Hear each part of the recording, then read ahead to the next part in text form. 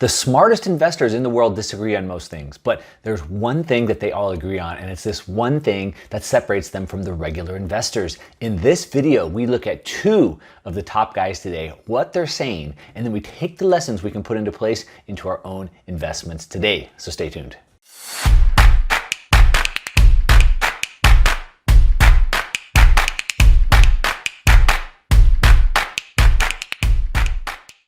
All right, welcome back. So most successful investors know that they don't know. They're all smart enough to know that they don't know. And what that means is that when they get into an investment, they make the best decision they can, the best guess that they can into that investment. They look at all the information available to them, but they don't have a crystal ball. Of course, it would make it so much easier, right? So they don't. So they take the information they have, they make their best guess into that investment, but what happens is a lot of times the answers change. And what that means is what they thought may happen with that market or that asset doesn't happen. Something changes. Earnings were off.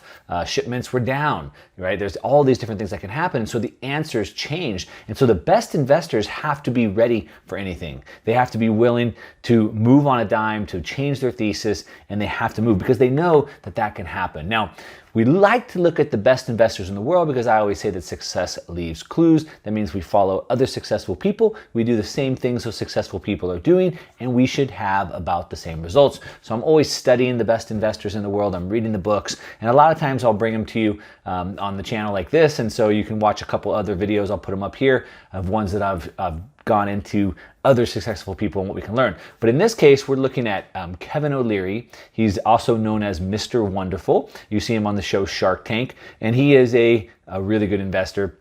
He's made a ton of money in private businesses. He runs funds, ETFs, and of course on Shark Tank investing in lots of different things as well.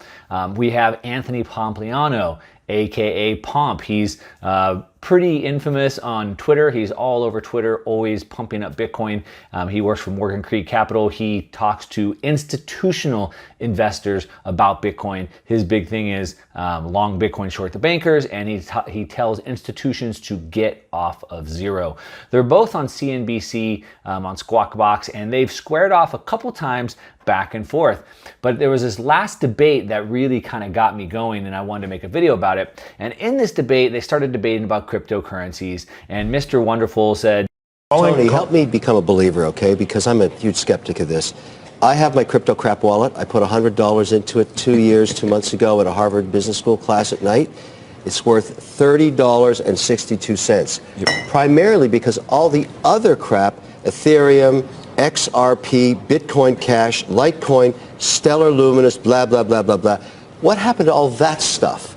If this is really such a great idea, why is there only one Vegas game working? Pomp said, hey, look, we're just going to focus on Bitcoin. And I'm here to talk about Bitcoin. Bitcoin's the most important, and that's the only one that you should focus on. Pomp goes on to talk about why he's so bullish on Bitcoin.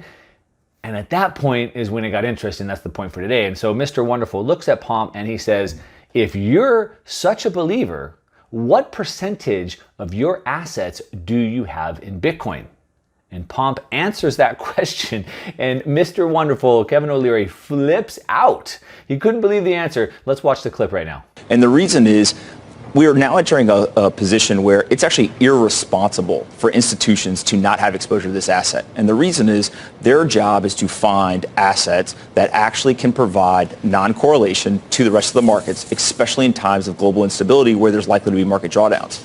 Bitcoin is providing that. It's data. It's just math, right? It's not personal opinion. It's not somebody else's opinion. The math suggests that it is non-correlated to negatively correlated to major asset classes. How much of your own dough is in it? Yeah, over 50% of my net worth is in Bitcoin, and I don't plan to sell it. I forbid that. That's insane. You forbid that. If Mr. Wonderful flips out and said that's not the right way, what is the right way?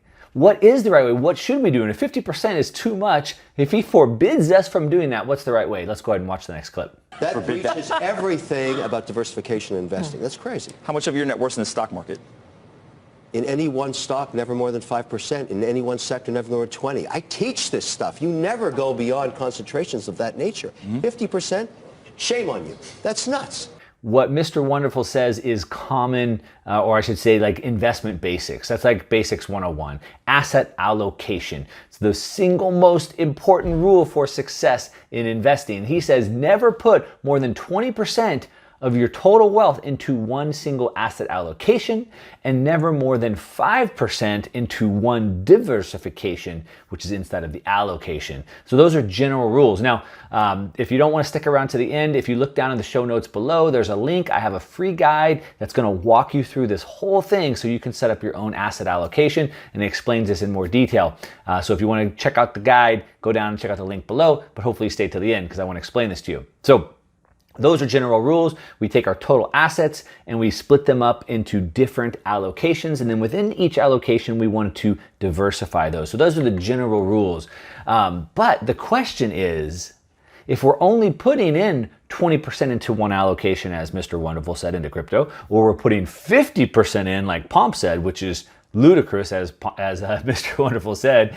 Hopefully you're not putting 50% in, but Pomp is. But even if you're putting 50% in, where does the other 50% go? Right? That's the question. Where does it go? What areas should it be going into? Where does it need to go? We need to balance our allocations to take advantage of rising markets and dropping markets. If inflation goes up or if inflation goes down. If economics go up or the economy goes down, we need to make sure that we're in the right assets to take advantage of both of those movements. So even if, like Pomp, you have 50% in crypto, where does the rest go? Now, traditional advisors, all right, I hate to tell you this, but they are not your friends. They are not looking out for your best interest. That's what I should say. Traditional advisors are not looking out for your best interest. They're basically sales reps. Sorry if you're a financial advisor and you're watching this, but you work for a company and you sell their products. You sell their financial products. You make your money. They take their fees regardless if you or I have any success with our investing, right? We're not on the same team here. They sell us the products, we invest, and even when we lose money, they still make money. And what they do is they overcomplicate things so that we need them. We need them because they've made it so complex. As you can see up on the screen right here, this is like an asset allocation of the super rich. And there's so many different asset allocations that it's just crazy. It's so complex that the average person can't do this. And they shouldn't do it. They shouldn't try to do it. It doesn't need to be that complicated. There's really only 4 main asset classes. Now you can see on the screen, there's tons of asset classes that you can go into, but really there's only 4 that you need to be in, all right? You need to be ready for a boom and a bust. We don't know. Look, we know that the market is in the longest bull run in history. We know that market cycles go up and down. That's what happens. It goes up, it goes down, it goes up, it goes down. We're in the longest upcycle in history, and we know what comes next. It goes down. Now, is it next year? 2 years, 3 years, we don't know, but we know it's coming. So we want to be ready for the boom, but we also want to be ready for the bust. We want our portfolio to be set up in 4 different areas to take advantage of the growth that's still left in the market.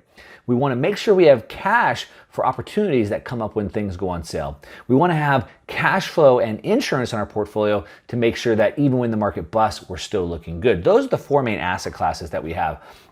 And it's not really that hard. It doesn't have to be complicated like those financial advisors have to say. So just look for those 4 areas, 4 asset classes, those areas, and you're going to be on your way. If you want more help with this, download the free guide down below. There's a link, and it's like 20 pages. I put this together because I get asked this question all the time. I've told my story how I lost all my money because I didn't understand this one concept, and I've made it my passion to make sure it doesn't happen to you. So I've taken the time to put this guide together, get it for free.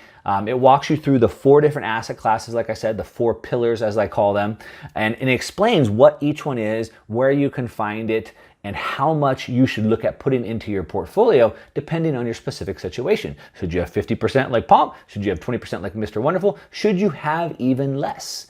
And so it walks you through all those thought processes because you have to learn how to think about it, because the answer for you today, right? The answer's changed. The answer for you today is going to be different tomorrow as you make more money, as you have a lot longer time horizon, a shorter time horizon, as you have more assets or less assets. You're going to need to adjust that. So I want to teach you how to think about it. So I've given you the guide. So go ahead and download it down below. Let me know what you think. Give me a thumbs up on this video if you like it. If you don't like the video, give me a thumbs down. Either way, but let me know in the comments down below. I love to have conversations with every single one of you.